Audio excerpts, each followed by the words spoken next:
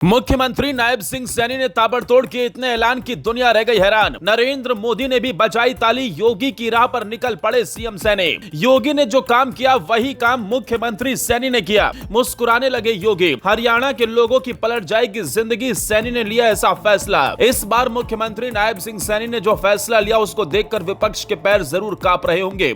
एक झटके में सभी का दिल जीतने का काम मुख्यमंत्री नायब सिंह सैनी ने कर दिया। विश्व पर्यावरण दिवस के मौके पर प्रदेश के लोगों को खास तोहफे उन्होंने दिए। क्या कुछ तोहफा हरियाणा के लोगों के लिए है उसके बारे में आपको बताएंगे, मगर उससे पहले बात कर लेते हैं कि किस तरह योगी आदित्यनाथ की राह पर हरियाणा के मुख्यमंत्री निकल पड़े। दरअसल राम मंदिर की दोबारा प्राण प्रतिष्ठा के बाद योगी आदित्यनाथ ने एक पेड़ मां के नाम के अभियान के तहत पौधे लगाए और प्रदेश के लोगों से भी यही मांग उन्होंने कर दी।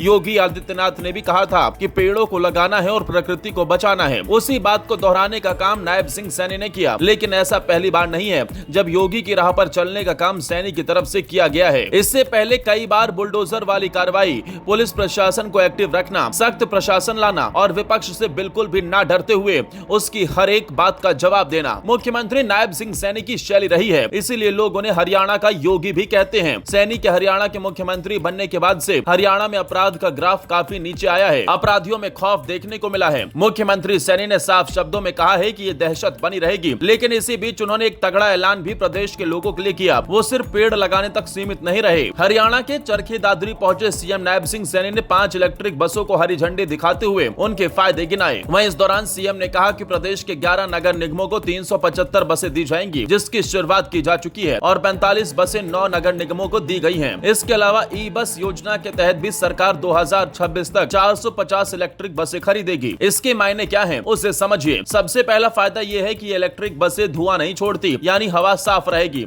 शहरों में प्रदूषण कम होगा, जो बच्चों और बुजुर्गों के लिए बहुत अच्छा है, क्योंकि उनकी सेहत को गंदी हवा जल्दी नुकसान पहुंचाती है। ध्वनि प्रदूषण भी कम होगा, तो शोर से परेशानी नहीं होगी। और तो और बसें बढ़ने से लोगों को आने जाने में आसानी होगी। महिलाओं को ऑफिस, बाजार या दूसरी जगह जाने के लिए भरोसेमंद और सस्ता साधन मिलेगा। बच्चों को स्कूल और बुजुर्गों को अस्पताल या मंदिर, गुरुद्वारे जाने में सुविधा होगी। बसें ज्यादा होंगी तो इंतजार कम करना पड़ेगा, इससे समय बचेगा। महिलाओं के लिए सुरक्षित और आरामदायक सफर आसान होगा। इलेक्ट्रिक बसें शांत और स्मूथ होती हैं, जो बुजुर्गों और बच्चों के लिए ज्यादा कंफर्टेबल है। साथ ही सरकार अगर सस्ती सवारी का इंतजाम करेगी तो कम खर्च में ज्यादा लोग सफर कर सकेंगे। आपके पैसों की भी खूब बचत होगी। डीजल की जगह बिजली से चलने वाली बसें सस्ती पड़ती हैं। अगर किराया कम हुआ तो आपका खर्च बचेगा। सबसे बड़ी बात यह है कि ज्यादा बसें और बेहतर ट्रांसपोर्ट सिस्टम शहरों को और आधुनिक बनाएगा। इससे रोजगार के मौके भी बढ़ सकते हैं। जिस तरह का काम सैनी कर रहे हैं उससे मोदी भी खुश हैं। सोच समझकर सैनी को मुख्यमंत्री उन्होंने बनवाया था और जो उम्मीद मोदी ने पाली थी वो पूरी हो रही है।